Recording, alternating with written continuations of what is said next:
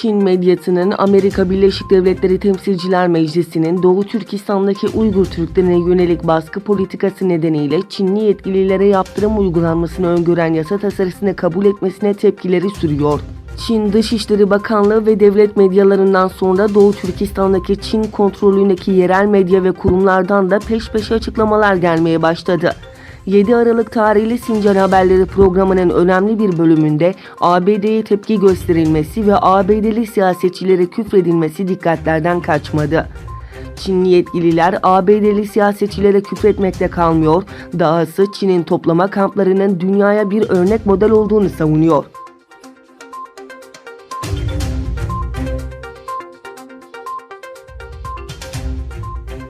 Çin'in Doğu Türkistan'daki zulmüne dünya seyirci kalırken bölgedeki toplama kampında insanlık dışı uygulamalara maruz kalan Kazakistanlı Gülbahar Celilova yaşadıklarını Uygur Türkleri ile TBMM'de düzenlenen toplantıda anlattı. Konuşmasında "Allah razı olsun Türklerden, Allah razı olsun sizden" diye bahsetti.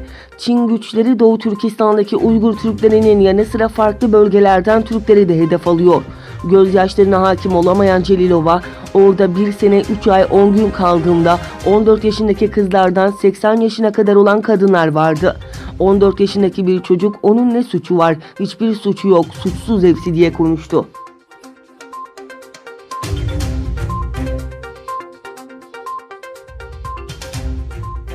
Hong Kong'da demokrasi yanlısı gösteriler 6. ayına girerken pazar günü yüz binlerce kişi yönetimi protesto etmek için sokaklardaydı. Organizatörlere göre göstericilerin sayısı 800 bini buldu. Göstericiler 5 önemli talebini vurgulamak için sık sık 5 parmaklarını havaya kaldırdı. Bunlar arasında Hong Kong lideri ve devlet kadroları için demokratik seçimler yapılması ve polisin geçen aylarda göstericilere karşı sert müdahalesinin soruşturulması vardı. Resmi verilere göre Hong Kong'da Haziran'dan bu yana aralarında yaklaşık 500'ü isyan suçundan olmak üzere 5800 kişi gözaltına alındı.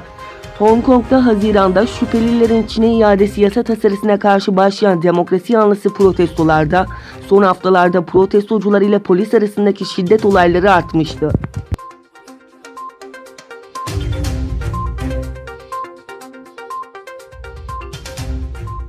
ABD Başkanı Donald Trump, Kuzey Kore lideri Kim Jong-un düşmanca davranması halinde kaybedecek çok şeyi olduğunu belirtti.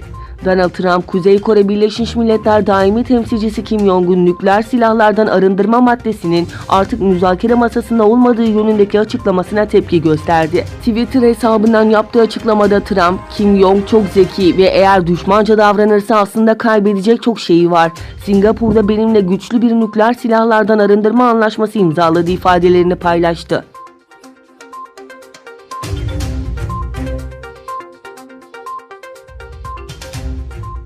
Almanya Savunma Bakanı, Ağustos'ta Berlin'de öldürülen Gürcü bir aktivistin ölümünün araştırılması için Rusya'ya işbirliği çağrısında bulundu. Çeçen olan aktivistin 2. Çeçen Savaşı'nda Rusya'ya karşı savaştığı ve Gürcü askeri istihbaratlarıyla bağlantıları olduğu iddia ediliyordu.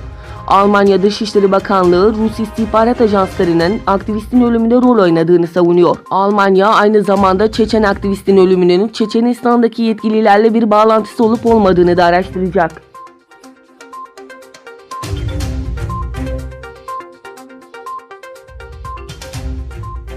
Bu senenin Ağustos ayında tespit edilen yıldızlar arası kuyruklu yıldız bugün Güneş'e en yakın noktasına ulaştı.